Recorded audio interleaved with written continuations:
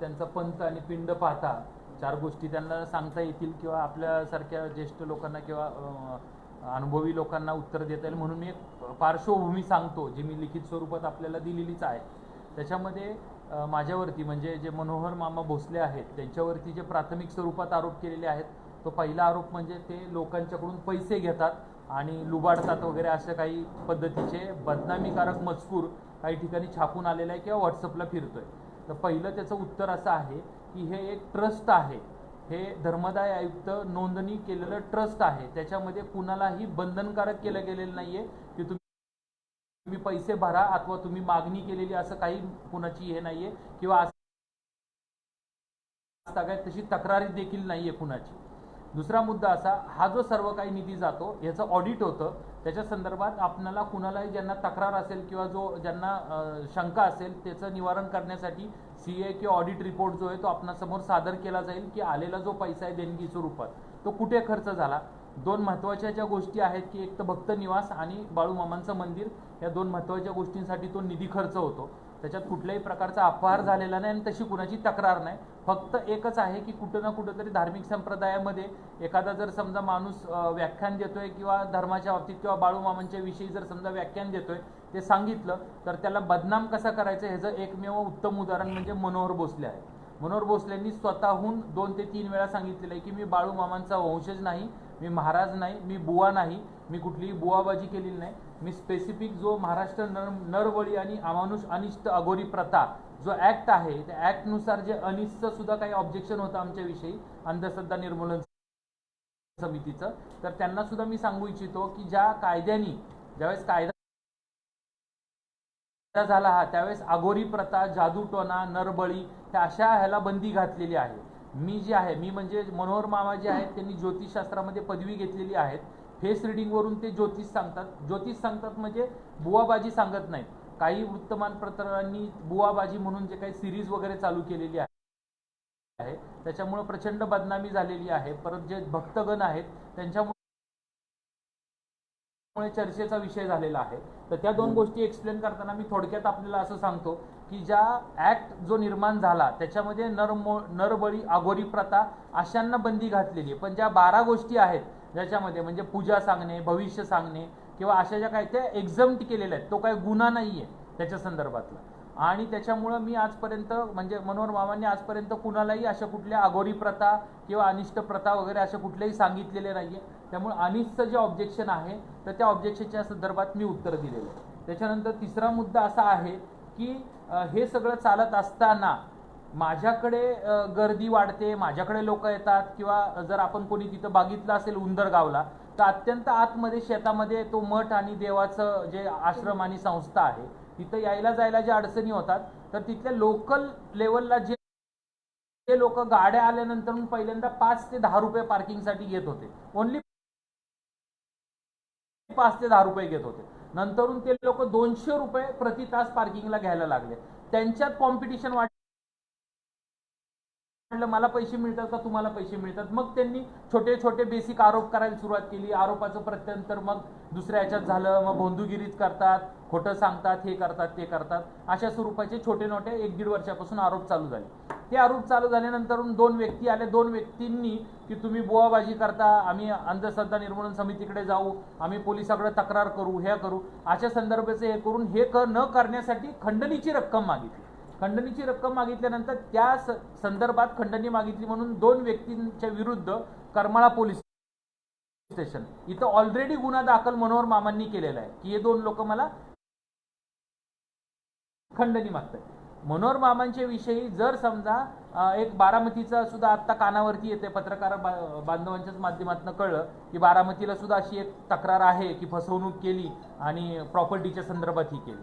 2015ला तो भक्त होता, 2015 ते 2021 पर्यंत तो व्यक्ती का गप्प बसला, आजच 2021ला त्याला तक्रार द्यावीशी का वाटली, हा पहिला मुळात प्रश्न। दुसरी महत्त्वाची गोष्ट अशी आहे त्याच्यामध्ये की 2015ला त्या व्यक्तीने असं सांगण्यात आलं मनोहर मामांना की तुम्ही जर माझ्या इथं फ्लॅट खरेदी केला तर तुमच्या नावाने माझी पूर्ण बिल्डिंग सेल आउट होईल, माझा पूर्ण व्यवसाय वाढेल, म्हणून त्यांनी बळजबरीने मला तिथं दस्त, बळजबरीने म्हणजे प्रेमाच्या खातीर मला सांगितलं की तुम्ही तिथं दस्त करायला हवा. तो दस्त नंतरून रद्द सुद्धा झाला, तो फ्लॅट सुद्धा घेतला नाही किंवा ते घर सुद्धा घेतलं नाही. आणि आज तो 6 वर्षानंतरून येऊन सांगतो की मामांनी मला सांगितलं की माझ्या विरुद्ध काय अघोरी प्रथा केली किंवा मला मारलं किंवा हे केलं ते केलं. तर अशा स्वरूपात जे आहे, तर असे खोटे नाटे आरोप करणारे लोक उठायला लागलेले आहेत. आणि सर्वात महत्त्वाचं म्हणजे सांगितलं गेलं की महाराज गायब झाले, बुवा गायब झाले. तर मनोहर मामांनी मगाशीच याच्यामध्ये सांगितले की मी काय महाराज नाही, मी काय बुवा नाही, मी एक साधा बाळू मामांचा भक्त आहे. मी कधीही आजपर्यंत कुठंही ऑन रेकॉर्ड किंवा ऑफ द रेकॉर्ड कुठेही दावा केला नाही की मी बाळू मामांचा वंशज आहे. त्यामुळं जे आदमापूर आहे तिथील ग्रामस्थांची जी तक्रार होती की हे दावा करतात की हे बाळू मामांचे वंशज आहेत आणि बाळू मामांचे वंशज नव्हतेच, तर मी असा दावाच केलेला नाहीये. त्यामुळे तो विषय तिथंच संपून जातो. आत्ता माझ्या समोरचा जो महत्त्वाचा विषय आहे की जे काही खंडणी मी देत नाहीये, माझ्याकडे लोक येत आहेत, देणगी देत आहेत, मी आज सेवाश्रम बांधतोय, निवासस्थान बांधतोय भक्तांसाठीचं किंवा मोठं मंदिर करतोय. आणि बाळू मामांनी जे लोक समाज उपयोगी काही जे व्याख्यानं दिली होती किंवा जे काय कार्य केलं होतं, त्या कार्य मी ज्या संदर्भात पुढे नेतोय त्याच्यात अडथळे आणण्यासाठी हा सर्व प्रकार चालू आहे. आणि जर ह्यांना खंडण्या दिल्या नाहीत तर माझ्या विरुद्ध खोट्या तक्रारी होणार. पण आपण सर्वांनी एक गोष्ट, आपण पत्रकार सुज्ञ बांधव आहात, आपण एक गोष्ट लक्षात गेली पाहिजे की जर समजा 5-5, 6-6 वर्षापूर्वीच्या जर समजा खोट्या जर तक्रारी आज देत असतील तर आपणच आम्हाला न्याय द्यावा, म्हणजे सर्वांसमोर हे द्यावी, स्पष्टता द्यावी की 6-6 वर्षानंतर जर कोण तक्रारदार येत असेल आणि जर सांगत असेल की अशा प्रकारची हे होती, तर धांदात खोटं, बनावट आणि फक्त केवळ हे करण्यासाठी आहे. एक बारामतीमधील पत्रकार बांधव आहेत, त्यांनी सुद्धा स्वतःच्या व्हॉट्सअप वरती आणि फेसबुक वरती चालवलं की माझी 2 मिनिटाची चर्चा करावी, मी कसा उघडा पाडतो वगैरे असं सांगितलं. मुळात ते पत्रकार बांधव आहेत, त्यांच्यावरती 376 केस पेंडिंग आहे. आणि त्यांच्याबद्दल माहिती घेतली तर सर्व त्या बारामतीतल्या पत्रकारांना माहिती की ते पत्रकार कशा स्वरूपाचे आहेत. म्हणजे मी वेगळं सांगायची गरज नाही किंवा मी त्यांचं डिफॅमेशन करत नाही. ते पत्रकार आहेत, त्यांना आदराचं स्थान आहे, त्यांच्याबद्दल त्यांच्या पेशा व्यवसायाविषयी आदरच आहे. परंतु जर ते कुठल्या महिलेला पुढं करून किंवा कुठल्या जर समजा वेगवेगळ्या लोकांना पुढं करून किंवा अशा कुठल्या तक्रारी करून तुमचा आता आसाराम बापूच करतो आणि हे करतो अशा स्वरूपाच्या जर धमक्या देत असतील तर मला मीडियासमोर येऊन एक्सप्लेनेशन देणं हे गरजेचं वाटलं. आणि त्या संदर्भात जे आहे ते मी संपूर्ण लेखी स्वरूपात दिलेलं आहे. आता आपणास जे काही स्वतः वैयक्तिक हे सोडून आणखीन काय प्रश्न असतील, सगळ्यात महत्त्वाचं प्रॉपर्टीचा एक संदर्भात राहिला की प्रॉपर्टीच्या संदर्भात व्हॉट्सअप ग्रुपला एक असं फिरतंय, लावायचं आहे का, व्हॉट्सअप ग्रुपला अशा पद्धतीचं एक फिरतंय की 27 एकर जमीन मनोहर मामांची बायको रुपाली मनोहर भोसले हिनं 18 लाख रुपये प्रति एकरांनी खरेदी केली. आणि बघा देणग्यांचा कसा अपव्यय चालू आहे वगैरे. ती मुळात जर आपण पाहिलं तर सरकारी व्हॅल्युएशन नुसार त्या जमिनीचे व्हॅल्युएशन लाख रुपये एकरी सुद्धा नाही.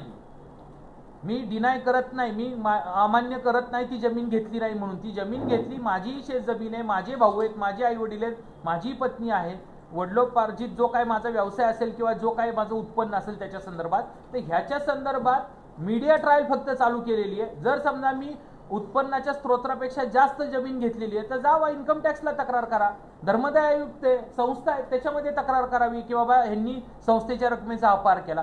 पण अशी कुठल्याही कायदेशीर अवलंब न करता किंवा कायदेशीर मार्गांचा अवलंब न करता फक्त नाव ना अटीच्या छापण्यावरती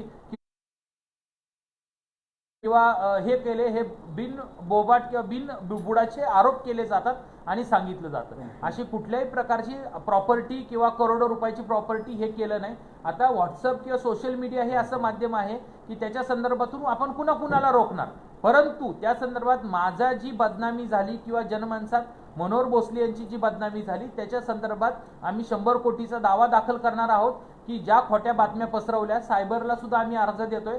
जिथं जिथं आमचे केंद्र किंवा जे काय ध्यान उपासना किंवा पारायणाचे जे आम्ही जे सांगतो उपाय जे सांगतो की बाळू मामांचं तुम्ही पारायण वाचा, आध्यात्मिक शांती लाभेल तुम्हाला किंवा तुम्हाला जे काही मानसिक त्रास होत असतील वगैरे, ती हे जे काही ज्योतिषशास्त्राला अनुसरून जे सल्ले दिलेले आहेत, बॉम्बे हायकोर्टाचे निकाल सुद्धा आपल्याकडे आहेत की ज्योतिषशास्त्र हे काही अवैधानिक किंवा बेकायदेशीर नाहीये. आणि ॲक्टमध्ये सुद्धा ते मान्य केलेलं आहे. तर मला सांगण्याचं तात्पर्य एवढंच आहे, टार्गेट केलं जात आहे, टार्गेट करून फक्त एकच आहे, ब्लॅकमेलिंग करण्याचा विषय आहे. आणि ब्लॅकमेलिंगचा जर तुम्ही बळी नाही पडला तर मग आपल्या प्रसारमाध्यमाच्या खांद्यावरती बंदूक ठेवून आम्हाला ठार करण्याचा प्रयत्न केला जातोय. त्याचं उत्तम उदाहरण म्हणजे बारामतीमध्ये दिलेला जो तक्रारी अर्ज आहे, आणि तो तक्रारी अर्ज कम्प्लिटली 6 वर्ष उशिराने दिलेला आहे. एवढं माझं सांगणे, बाकी लेखी स्वरूपात दिले. आता आपल्याला जे कोण असतील मान्यवर. आणि कालचा एक विषय आहे की LLP लिमिटेड एक कंपनी एक नावावरती असे एक व्हॉट्सअपवरती फिरत होतं. तर जी बाळूमामांची जी सिरियल आहे त्या सिरियलच्या संदर्भात जे कोण त्याचे चालक निर्माते वगैरे आहेत त्यांनी माझ्याशी येऊन जे मी त्यांना कथानक पुरवली, त्यांना बाळूमामांची सिरियल चालवण्यासाठी जे मी माझ्या अभ्यासातून किंवा माझ्या ज्ञानातून किंवा जे मी बाळूमामांचं वाचलेलं आहे त्याच्यातून जे काय मी कथानकं पुरवली, त्याच्यातून जे रजिस्ट्रेशन केलं होतं ते केवळ फक्त रजिस्ट्रेशन आहे, त्याचं अकाउंट नाही, त्याच्यावर 1 रुपयाचं ट्रान्झॅक्शन नाही. आणि मग मनोहर मामांनी कंपन्या स्थापन केल्या आणि कंपन्या स्थापन करून लाखो रुपयाचा फ्रॉड केला, कुटुंबाच्या नावाने करोडो रुपयाची जमीन घेतली. तर हे फक्त बिनबुडाचे आरोप आहेत. आम्ही त्याचं पूर्णपणे खंडन करतोय. आणि ज्यांनी आरोप केले किंवा ज्यांनी सोशल मीडियाचा दुरुपयोग करून ह्या खोट्या बातम्या मॉर्फ करून त्याच्यावरती वेगवेगळ्या आकडे लिहून की 18 लाख रुपये एकराची जमीन वगैरे असं जे काही मॉर्फ करून दिलं याच्या विरुद्ध आम्ही कायदेशीर कारवाई करणार आहोत. डायरेक्टली मनोहर भोसले जे आहेत ते आपल्या समक्ष आलेले आहेत, ते कुठं गायब झालेले नाहीयेत. 2 ते 3 दिवस जे काय होते ते स्वतः तिरुपती बालाजीला गेले होते. त्यांना ज्यावेळेस कळालं की हे वातावरण एवढं तापले, प्रत्येक ठिकाणी हा चर्चेचा विषय होतोय, भक्तगणांनी सुद्धा भरपूर ठिकाणी त्यांना फोन करून विचारणा केली, तुमची ह्या पेपरला बातमी आली, व्हॉट्सअपला असं फिरतंय, हे फिरतंय, ह्या सगळ्या बातम्यांच्या विषयी चर्चा झाल्यानंतर ते ताबडतोब रात्री उशिरा पुण्यामध्ये पोहोचले. उतरल्यानंतर मग आमची सकाळी त्याच्या संदर्भात कायदेशीर मिटिंग झाली. सगळे आम्ही त्याच्यातले पुरावे एव्हिडन्स तपासले, तिथलं व्हॅल्युएशन किती जमिनीचं त्याच्या संदर्भात माहिती घेतली, बारामतीचा जो तक्रारी अर्ज आहे त्याच्या संदर्भात माहिती घेतली, बाकीची सगळी इतर माहिती घेतल्यानंतर आम्ही ह्या निष्कर्षाप्रत आलो की हा केवळ फक्त बदनाम करण्याचा आणि कुणाला तरी संपवण्याचा कट आहे. आणि कटाचा भाग म्हणून एक जर आपण साधं उदाहरण पाहिलं की आज आम्हाला मध्यस्थांतर्फत, आता आपण म्हणसाल की नावं सांगा, तर योग्य वेळ आल्यानंतर आम्ही पोलिसांना ती नावं सांगणार आहोत, पण करोडो रुपयाची मागणी केली जाते. अदरवाईज कुठल्याही महिलेला उभं करू आणि तुमच्या विरुद्ध वेगवेगळ्या खोट्या महिलांना त्रास दिला वगैरे अशा तक्रारी करू. आपण जर पाहिलं आजपर्यंत किंवा कोणी आज सुद्धा जाऊन पाहू शकतं, उंदरगावला जिथं मनोहर भोसले बसून ज्योतिषशास्त्र किंवा ज्याच्या संदर्भात किंवा पसायदान असेल, पारायण असेल किंवा इतर काय धार्मिक गोष्टी विधी वगैरे असतील, तर सर्व ठिकाणी सीसीटीव्ही कव्हर आहे. कुठेही असं नाही कॅमेरे आहेत. त्याच्यामुळं आजपर्यंत कुणाचीही त्याच्यामध्ये तक्रार नाही. विषय असा आहे की ज्या गोष्टी लोकांना सांगितल्या किंवा काय नाही, मग कुठल्या तरी भक्तगणाला घ्यायचं, भडकवायचं, त्याला सांगायचं की मग ह्यांनी अपहार केला, ह्यांनी रक्कम घेतलेली, ह्यांनी अशा पद्धतीने केले, जर आपण अर्ज दिला तर आपल्याला एवढे पैसे मिळतील तेवढे पैसे. आजपर्यंत मी अशा लोकांना कधी थारा दिला नाही, कधी त्यांना उभं केलं नाही. आणि ह्याचं एकमेव उदाहरण म्हणजे ज्या वेळेस माझ्या केंद्रावरती उंदरगावला 2 लोक येऊन मला सांगितलं गेलं की मी तुम्हाला उघडं पाडीन, हे सगळं तुम्ही धांदात खोटं आहे, तुम्ही बुवाबाजी करता, तुम्ही हे करता ते करता, ह्या संदर्भात सांगितलं, मी रितसर जाऊन त्यांच्या विरुद्ध खंडणीचा गुन्हा दाखल केलेला आहे.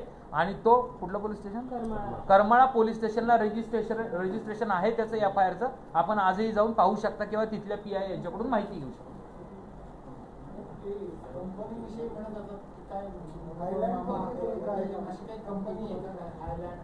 एक मिनिट, जी कंपनी आहे त्याच्या संदर्भात मी परत सांगतो आपल्याला की एक जी कंपनी आहे ते बाळूमामांची जी सिरियल चालते त्याचं रजिस्ट्रेशन फक्त केलेलं आहे त्या कंपनीचं. त्याच्यामध्ये 1 रुपयाचं ट्रान्झॅक्शन नाही, त्याचं अकाउंट नाही, काही नाही, काहीच नाही, काहीच नाही. कंपनीतर्फे कुठलाही व्यवहार नाही, कंपनीतर्फे कुठलंही ट्रान्झॅक्शन नाही. हे मी तुम्हाला ओपनली सर्वांसमोर सांगत. हे एक गोष्ट तुम्हाला मी सांगतो, आजच ही एका वृत्तपत्रात, बरं ह्यांचं उत्तर देऊन मग तुम्ही त्यांच्याशी विचार. बरं ठीक आहे. मठामध्ये आमचं निवासस्थान आहे, त्या निवासस्थानामध्ये रितसर मीटर बसवलेला आहे आणि जी मठामध्ये लाईट वापरली जाते ते पूर्ण सोलर प्लांट बसवलेलं आहे. तुम्ही जाऊन आजही बघू शकता तिथं.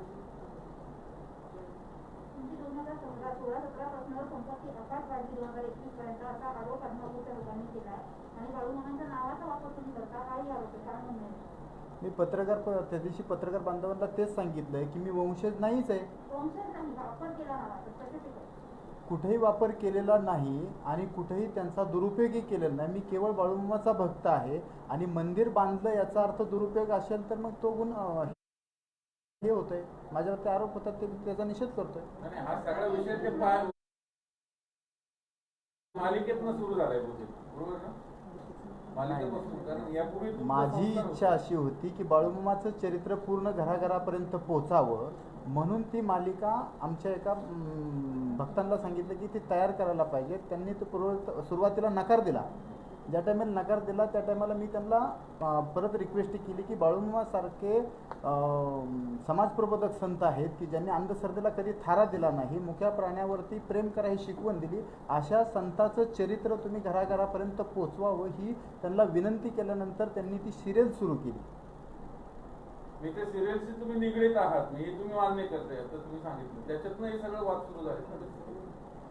सिरियलच त्यांनी सुरू केली ना, म्हणून तर घरापर्यंत बाळूमामा पोहोचले. सांगितलं भक्ताला की सिरियल सुरू करा, आणि त्याचाच हा विषय होता की ती जी कंपनी काढली, जे सिरियलचे चालक, काय त्यांचं नाव आहे, आता त्यांचा आक्षेप मी तुमचा फोटो काढा त्या सिरियलच्या आता त्याच्यामध्ये 2 मिनिटं, त्याच्यामध्ये लिगल आहे, लक्षात घ्या. फोटोचा आक्षेप आहे, त्यांनी कोर्टात जावं, सांगावं की हा फोटो वापरू नये, त्या लिगल पद्धतीने होईल. उद्या कुणी येईल, उद्या माझा फ्लेक्स लावल्यानंतर म्हणतील तुम्ही फोटो लावू नका, आमचे पैसे स्टोरी मी दिलेली आहे, त्याच्यामुळे जो निर्माता आहे त्यांनी ठरवायचंय की कुणाचा फोटो लावायचा आहे. मुळात 17 ते 21 दरम्यान तुमची संपत्ती आकाश वाढली, असा स्पेसिफिक आरोप ग्रामस्थांनी केलेला आहे, दोन्ही गावातल्या लोकांनी केलेला आहे. आणि दुसरं म्हणजे तुम्ही राजकीय नेत्यांची जवळीक साधली, त्यांचे फोटो व्हायरल केले जायचे आणि त्यानंतर मग तुमच्या दर्शनाला पैसे घेऊन ते दर्शनाला दिलं जायचं, लोकांना बोललं जायचं. हे सगळं आरोप खोटे आहेत मुळात म्हणजे. आणि दुसरी गोष्ट, ज्यांना माझ्या प्रॉपर्टी बाबत संदेह आहे त्यांनी तिथं इन्कम टॅक्सला तक्रार करावी.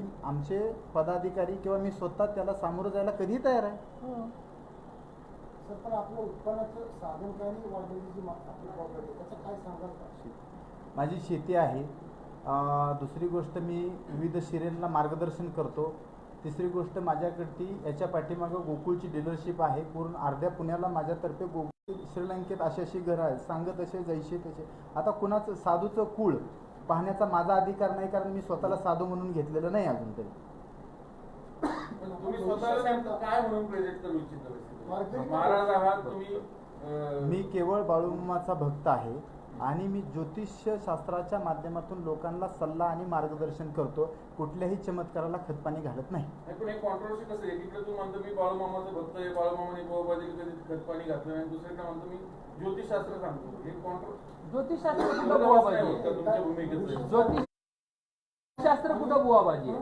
मी त्यासाठी सांगतोय की ज्योतिषशास्त्राला आपल्या कायद्यानुसार किंवा भविष्य कुठल्याही याच्यामध्ये सेक्शन 7 नुसार त्याची तुम्हाला कॉपी देतो. ज्योतिष सांगणं, हात बघणे किंवा न्यूमरोलॉजिस्ट किंवा त्या संदर्भात आहे, तर हे कायद्याने कुठं बॅन नाही किंवा असा कुठला गुन्हा नाही. मग त्याच्यात बुवाबाजी आपल्याला कसं म्हणता येईल?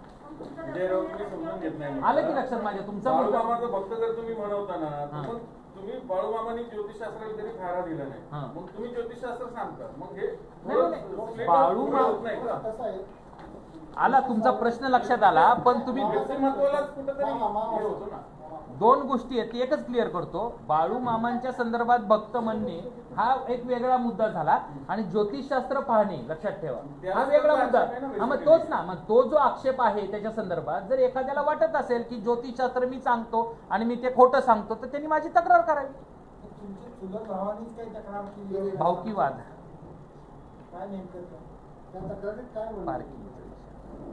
काय आहे, डिटेल सांगा सगळं ते. काय माहितीये का, मुळात म्हणजे मी माझ्या स्वतःच्या जागेमध्ये माझ्या श्रद्धेबाई मंदिर बांधलेलं आहे. ठीक आहे, लोकांनी तिथं यावं न यावं हा त्यांचा वैयक्तिक प्रश्न आहे. लोक तिथं येत असतात आणि बाळूमामाचं दर्शन झाल्यानंतर मला भेटतात. भेटल्यानंतर मी त्यांना मार्गदर्शन करतो ज्योतिषशास्त्राच्या माध्यमातून. हा पहिला मुद्दा मेन्शन केला. दुसरा विषय असा आहे की येणाऱ्या लोकांना तिथं पार्किंगला जागा नाही गाड्या लावायला. रोड कच्चा आहे आणि तिथं जी आमच्या समोर जी जागा आहे ती पार्किंग जिथं लागली जाते तिथं भावकीचा वाद सुरू आहे. आणि ते आमचे मावस बंधू आहेत आणि त्यांचा वाद इतका विकोपाला गेला की शेवटी माझ्यापाशी त्यांनी रिक्वेस्ट केली की असं हे होतंय, असं होतंय, आम्हाला ते पार्किंगमध्ये घ्यायला सांग, नाही तर बघ. मग मी म्हणलं तुमचा तुम्ही प्रश्न सोडवा, कारण तुमच्या मधात मी काही पडणार नाही.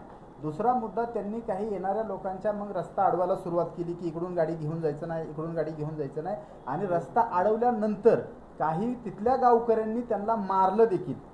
आणि त्यांचा असा आक्षेप झाला की हे सगळं मी करायला लावलं, तर याच्यामध्ये कुठलंही तथ्य नाही. आणि तो आरोप मग त्यांनी लावायला सुरुवात केलेला, याचा मी प्रचंड निषेध करतोय. आणि दुसरा मुद्दा, काही गोष्टीत बऱ्याच चॅनलमध्ये माझ्या जातीचा उल्लेख केला आहे. याचं माझ्या मनाला प्रचंड दुःख आहे. मगाशी मी तुम्हाला एक प्रश्न विचारला, त्याचं उत्तर द्यायला तुम्ही टाळले. तुमच्या दर्शनासाठी जे काय तुम्ही म्हणता त्याच्यासाठी येणाऱ्या लोकांना पैसे घेतले जातात तुमच्या धर्मावर, जे जास्त रक्कम देतात त्यांना तुमचं थेट दर्शन मिळतं, इतरांना आश्रमात दर्शन मिळतं, असाही आरोप प्रामुख्याने केला. हे सगळं जे विषय आहे ना, हा मुळातच चुकीचा आहे. की तिथं आल्यानंतर कुणाला काय करायचं आहे, कुणाला पेड्याचा बॉक्स मला द्यायचा आहे का हार द्यायचा आहे का 10 रुपये द्यायचे आहेत, हा माझा प्रश्न नाही, तो त्यांचा प्रश्न आहे. आणि मिळालेली रक्कम संस्थेच्या नावावर डोनेट केली जाते. त्याचं 1000 रुपयांच्या देणग्या तुम्ही घेत नाही? हां, 1000 रुपयांच्या देणग्या तुम्ही घेत नाही? 1000 रुपयाच्या देणग्या तुम्ही घेत नाही का? ट्रस्टला जातो. ट्रस्टलाच जातात ना ते.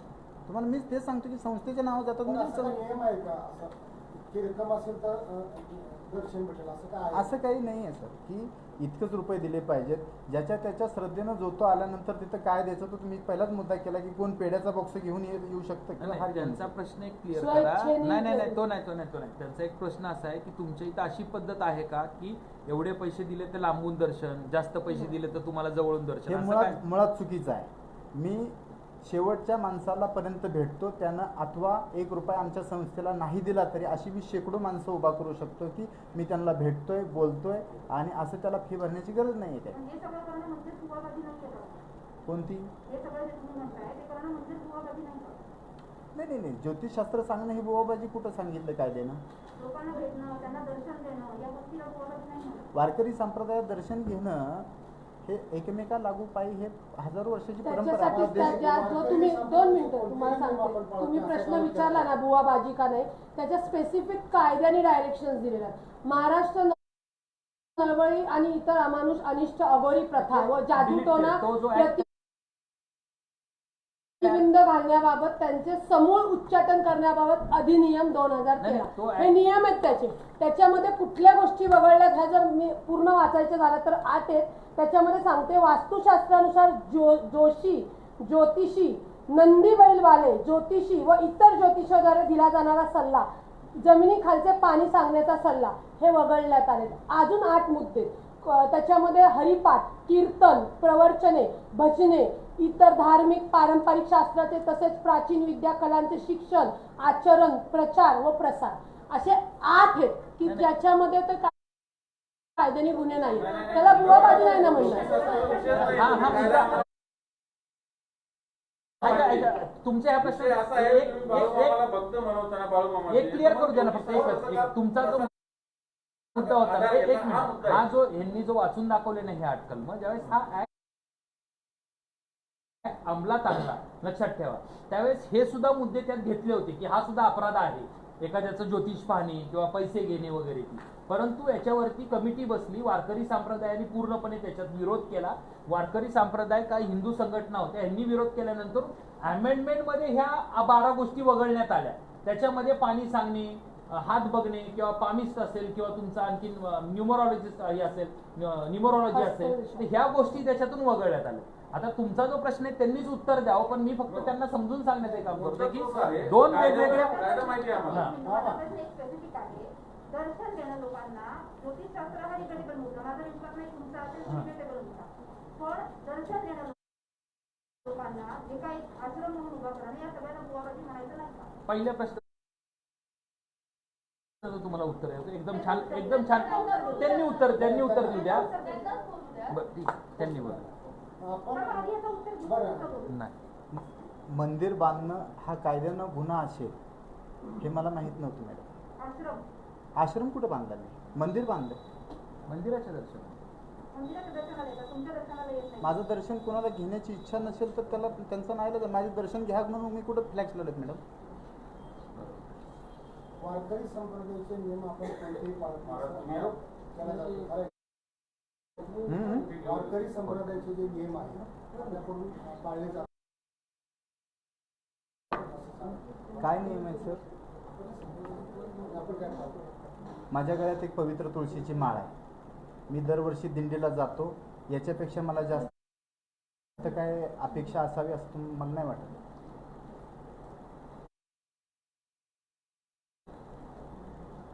फोटो सोशल मीडियावरती व्हायरल होतो. मला तो सुप्रिया सुळेंचे पेज होते. सुप्रिया सुळे, शरद पवार यांच्यासोबतचे काय आपले साधारणपणे संबंध आहेत, राजकीय संबंध आहेत की ते देखील तुमच्या भक्तगणांमध्ये आहेत, तर काय नेमकं तुम्ही त्यांना सल्ला दिला, त्यांनी तुम्हाला सल्ला दिला, थोडंसं म्हणजे क्युरिओसिटीचा भाग आहे.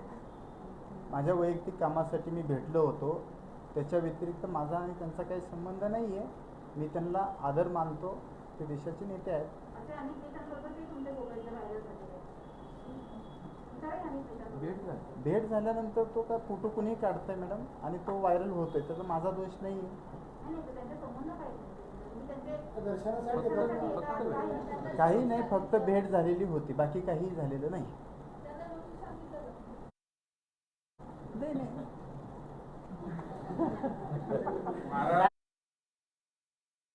असं काही नाहीये. महाराज फक्त क्लिअर कट फक्त त्या संस्थांचं असं आहे त्या ग्रामपंचायतीचं की तुम्ही बाळूमामाचं नाव वापरू नये. तर इथून पुढे तुम्ही ते करणार आहात की नाही? ओके ना. बाळूमामाचं नाव वापरणार आहात का नाही, तर बाळूमामाची मला पूजा करायचा अधिकार आहे, तो मी करणार आहे. फक्त बाळूमामाचा वंशज, वारस अथवा शिष्य कुठेही सांगण्याचा मला गरज वाटत नाही, आणि मी ते सांगणारही नाही कोणाला. याच्या पाठीमागेही मी तेच सांगितलं, नंतरही तेच सांगतो, वारंवार तेच सांग. मी केवळ भक्त आहे. बाळूमामाची पालखी काढण्याचा काय तुमच्याकडून अधिकार काढून घेतला वगैरे असं म्हटलं काय नेमकं? बाळूमामाचं पालखी काढण्यासाठी आणि तो त्यांनी मान स्वीकारावा, म्हणजे आदमापूर संस्थांनी मला 2016 साली पत्र